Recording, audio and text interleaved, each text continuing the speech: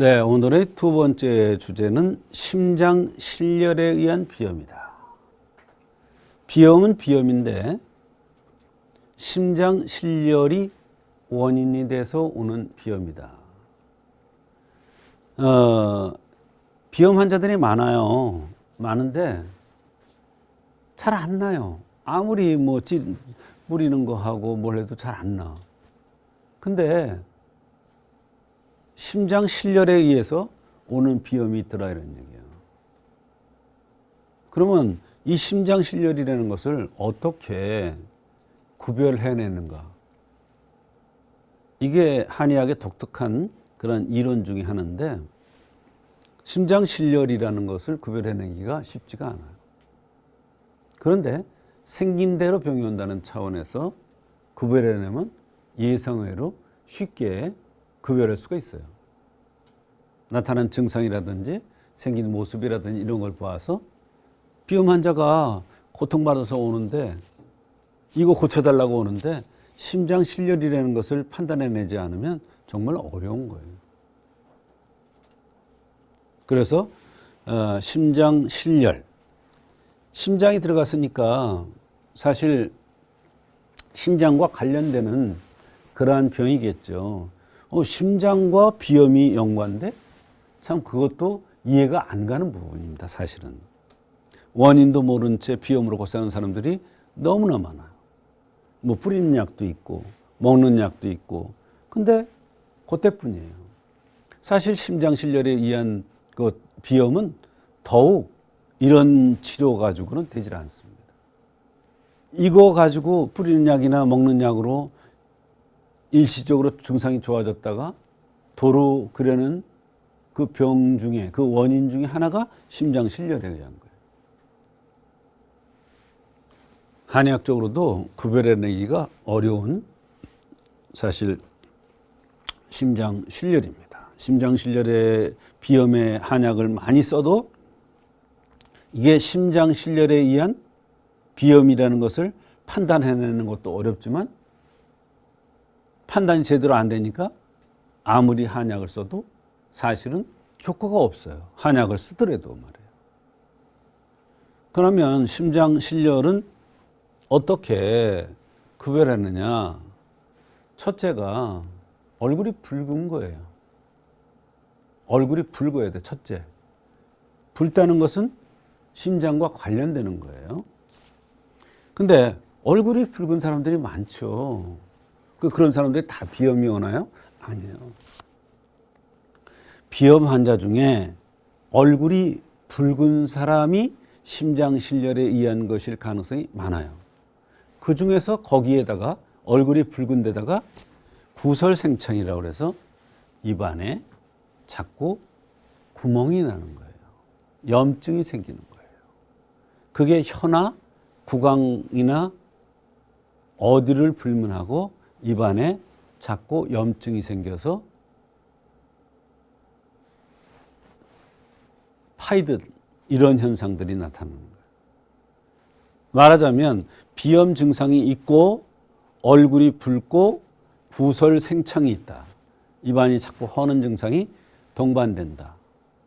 그러면 80% 이상이 이것은 심장실렬에 의한 비염이구나 이렇게 알 수가 있어요.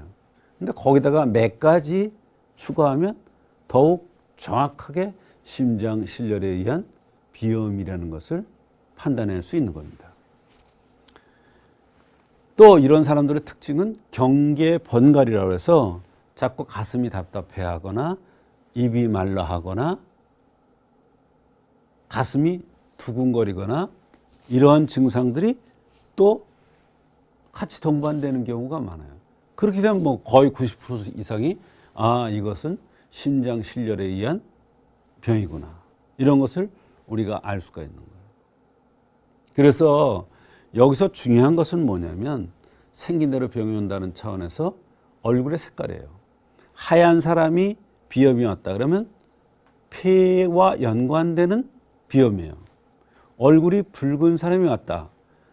비염으로 왔는데 보니까 얼굴이 붉어. 그러면 이것은 심장에 의해서 심장과 관련돼서 이번에는 비염으로 왔는데 보니까 얼굴이 누리끼리해. 아, 이것은 비위에서 운행작용이 안 돼서 오는 거구나. 또 비염으로 왔는데 보니까 코도 길고 얼굴도 길면서 매가리가 없어 보여. 아, 이거는 코가 길하는 차원에서 원기가 부족돼서 비염이 왔구나. 이렇게 알 수가 있는 거예요. 그러니까 같은 비염이라도 그 원인이 전혀 다르기 때문에 심장실열이라는 거, 기가 허화되는 거, 폐와 연관된다는 거, 이런 것을 정확하게 구별하지 않으면 비염이 잘 치료가 되질 않아요. 근데 그거를 정확하게 치료되면 깜짝 놀랄 정도의 효과가 나타납니다. 그리고 근본적인 치료가 됩니다. 약 쓸 때만 낫는 게 아니라 약을 쓰지 않더라도 증상이 다 없어지면 재발하지를 않아요. 약을 끊어도. 그래서 심장실열과 심장허열이라는 게 있어요. 허실이죠. 허한 것과 실한 거예요. 우선 가장 중요한 것은요, 허한 것은 그 입안이 헐지가 않아요. 입안이 헌다는 건 열이 있는 거거든요. 실열이 있는 거거든요. 실열이 있기 때문에 분화구가 생기는 거예요. 열이 올라가서. 허열은 안 생겨요. 그러니까 같은 얼굴이 붉은 사람이겠죠. 심장이니까. 심장이 붉은 사람이거나 또는 입술이 얇거나 코가 뾰족하거나 눈이 동그랗거나 웃을 때 눈가에 주름이 지거나 하는 이런데 입안에 허는 증상이 없어. 그러면 아, 이것은 심장이 허에서 오는 병이구나. 허에서 오는 비염이구나. 그럴 때 이제 성심산이라는 약을 쓰면 비염이 치료되는 거예요. 근데 실열에 의한 것은 입안이 헌다든지 입에서 냄새가 난다든지 열이 올라온다든지 가슴이 두근거린다든지 이런 여러 가지 증상들이 나타나요. 그러면서 비염이 있어요. 그러면 신미도적산을 쓰지 않으면 안 나요. 그럴 때 성심산을 쓰잖아요. 약간 듣는 듯하다가 안 들어요. 그런데요, 허열에다가 신미도적산을 쓰면요, 소화가 안 되고 막 설사를 하고 부작용이 심하게 나요. 그게 어려운 거예요, 한의학이. 그게 실열이냐 허열이냐를 구별해야 돼요. 심열, 또 이게 달라요. 또 심열이라는 게 또 달라요.